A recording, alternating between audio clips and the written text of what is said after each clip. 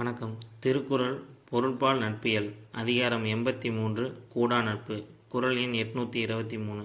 குறள் பல நல்ல கற்ற கடைத்து மனநல்லர் ஆகுதல் மாணார் கரிது.